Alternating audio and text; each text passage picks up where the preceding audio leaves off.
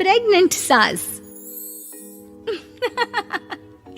जमाना कितना भी बदल जाए, इतना भी नहीं कि बहू घर आए और सास गर्भवती दिख जाए। देखो मीरा, माँ का पूरा ख्याल रखना है, उनसे अब काम नहीं होता है। क्यों, क्या हो गया है? तुम्हारी माँ तो हट्टी कट्टी दिख रही है, पूरी शादी में घोड़ी की तरह नाची है, अब क्यों काम नहीं होता उनसे? वो माँ प्रेग्नेंट है ना, बच्चा होने वाला है। मैं कभी भी भाई बन जाऊंगा इस साल के अंत तक। क्या बोल रहे हो? वो सर पर हाथ रखकर बैठ जाती है। यार पहले क्यों नहीं बताया? कैसा मजाक है ये? झूठ बोल रहे हो ना? हाँ, झूठ बोल रहे हो ना? तभी ससुर की आवाज आती है। बहू, पानी गरम कर दे, तेरी सास को दवाई देनी है। समय पर दवाई ना दी तो परेशानी हो जाएगी। और हाँ, जरा काजू पीसकर दूध में मिलाकर ले आना। तेरी सास खुद से तो अपनी संभाल करेगी नहीं। हे भगवान, ये मैं क्या सुन रही हूँ? ये ससुर जी को क्या हो गया है? मैं क्या सोच कर आई थी? हाय रे, मैं तो किसी को मुंह भी नहीं दिखा पाऊंगी। अब ये रोना धोना बाद में करना, पहले गर्म पानी कर दो, माँ को दवाई देनी होगी। और हाँ, रात को माँ के पैरों में तेल लगा देना। बहू को गुस्सा आ जाता है, वो बड़बड़ करती किचन में जाती है जहाँ उसका ससुर खड़ा होता है। एक बड़ी जिम्मेदारी है हम सबके सरों पर। इस उम्र में माँ बनना खतरे से खाली नहीं होता। हाँ हाँ पता है, तो क्यों बन गई माँ? अरे खतरे से कम नहीं है तो क्या जरूरत थी लल्ला पैदा करने की? कैसी बात कर रही हो बहू? क्या तुम खुश नहीं कि घर में एक नया मेहमान आएगा, छोटे छोटे पैरों से पूरे घर में घूमेगा? पिताजी, ये हाथ जोड़े आपके, आप यहाँ से जाओ। ये शायरी बाद में बताना, अभी मैं पानी गरम करके थर्मस में दे देती हूँ। सारा दिन पिलाते रहो गरम पानी। और हाँ, ये बच्ची की बात बार बार मुझसे कोई नहीं करेगा। बहू का पारा अब चढ़ा ही रहता था। वो काम तो सारा करती, लेकिन किलस किलस कर। मीरा सारे काम से फुर्सत पाकर बैठी होती है कि माँ का फोन आ जाता है। बेटा, बहुत बड़ी जिम्मेदारी है तेरे सर पर, अच्छे से निभाना।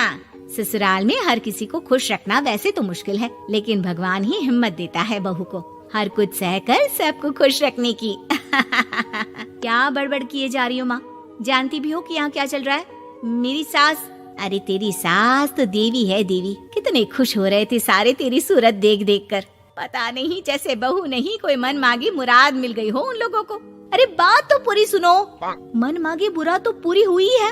अरे मेरी सास को बच्चा होने वाला है, प्रेग्नेंट है वो। क्या बकवास कर रही है मीरा? ये बात किसी को कहना मत। मुझे तो बता दिया, लेकिन अब अपनी जबान सिल ले।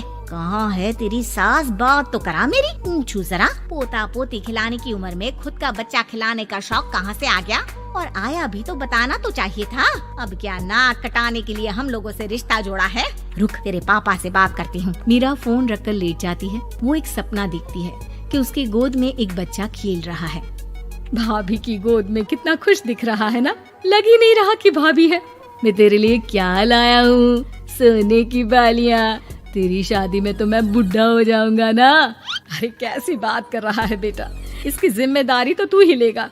हम लोगों का तो कोई भरोसा नहीं, कब ऊपर वाला उठा ले। बहू को सास को देख देख कर गुस्सा आ रहा था। तभी वहाँ पड़ोसन आ जाती है। अरे बहू, तुझसे तो पूछने से भी डर लगता है कि कब खुशखबरी सुना रही है। अब तो अपनी 1 महीने की ननद की ही जिम्मेदारी संभाल ले, बहुत है। अपने जेवर भी रख देना और पैसे भी जमा करना शुरू कर दे। वो बात आगे बढ़ाती उससे पहले ही बहू जोर से चिल्लाकर उठ जाती है। नहीं नहीं नहीं नहीं, मैं अपने जेवर किसी को नहीं दूंगी। अरे कौन ले रहा है तुम्हारे जेवर? तुम औरतें भी ना सपने में भी जेवर ही संभालती रहती हो। मैंने जो सपना देखा है ना, सुनोगे तो होश उड़ जाएंगे। अच्छा, तुम अपना सपना बाद में बताना, पहले मेरा सुनो। कल मैंने इतना अच्छा सपना देखा, इतना अच्छा सपना देखा कि अगर वो पूरा हो जाता है ना तो मैं तुम्हारे लिए रानी हार बनवा दूंगा। बहू अब सारे गम भूलकर पति का सपना सुनने में लग जाती है। अरे क्या सपना था बताइए ना, बोलिए भी तो, क्या सपना है? मैं पूरा कर दूंगी अगर बात रानी हार की है तो। बोलिए बोलिए। मैंने रात को सपना देखा कि माँ को बेटी हुई है और मुझे बहन। सच्ची, इस घर में बेटी हो जाए तो मैं तो झूम ही उठूं। मीरा का मुंह बन जाता है। वो चुप हो जाती है और सपने की बात याद करती है कि बेटी हुई तो उसे ही अपने गहने उसे देने होंगे। फिर तो रानी हार की जरूरत पड़ेगी ही। भाई लड़की बड़ी होगी, उसकी शादी होगी तो जेवर तो चढ़ाने ही होंगे ना, कहाँ से आएंगे वो? कितने समझदार हो तुम मीरा। मैंने भी यही सोचकर तुम्हारे लिए रानी हार लेने का सोचा था। अरे फूटी किस्मत मेरी जो ऐसा परिवार मिला। मेरे पापा की तो मैं अभी क्लास लगाती हूँ, जो सब जानते हुए भी ऐसे परिवार में मेरी शादी कर दी। बहू पिता को फोन लगाने ही वाली होती है कि ससुर की फिर से आवाज आती है। बहू गर्म पानी ले आ जल्दी, थर्मस में खत्म हो गया है। बाद में खबर लेती हूँ मैं पापा की, पहले सास को गर्म पानी दिया हूँ। बहू अभी किचन में काम कर ही रही थी कि मीरा के मम्मी पापा आ जाते हैं। वो हाथ में ढेर सारे फल लेकर आते हैं। मीरा के पिता मीरा के ससुर से कहते हैं, लीजिए भाई साहब, ये फल रखिए, बहन जी को खिला दीजिएगा। वैसे कैसी है उनकी तबीयत? बस पता तो है आपको, ऐसे वक्त में जो होता है बस वही सब। मुझे तो सुनकर बहुत गुस्सा आया था, लेकिन चलिए, भाग्य में जो है लिखा उसे कौन टाल सकता है। डॉक्टर को दिखाए? हाँ, बस डॉक्टर आने ही वाला है। अच्छा हुआ आप लोग भी आ गए। उतने में एक सुंदर सी लेडी डॉक्टर आती है। पेशेंट कौन है आप? अरे नहीं जी, मैं तो बहू हूँ इस घर की। मैं तो अभी सोच भी नहीं सकती पोता या पोती के बारे में। अभी तो मेरी सास ही। अरे चुप हो जाना, देख तो ले, डॉक्टर है ये, किसी के भी सामने गुस्सा फोड़ देती है। डॉक्टर कमरे में जाती है और थोड़ी देर बाद बाहर आ जाती है। पीछे से सास भी निकल आती है। हे भगवान, इतना दुख तो किसी को भी ना दे जितना मुझे दिया है। देखिए बहन जी, आप लोगों को तो ये सोचना भी नहीं चाहिए था।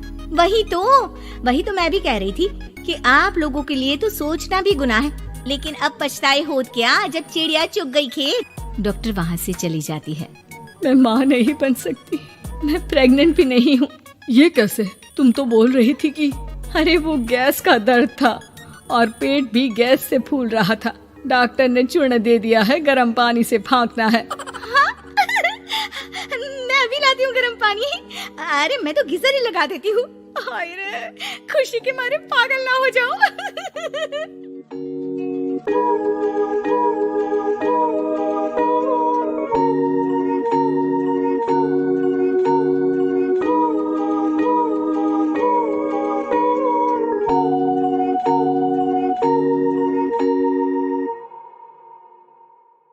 आशा है आपको हमारी कहानी पसंद आई होगी। कृपया इसे लाइक करें, अपने दोस्तों के साथ शेयर करें और हमारे चैनल कहानी कोना को सब्सक्राइब करें। धन्यवाद।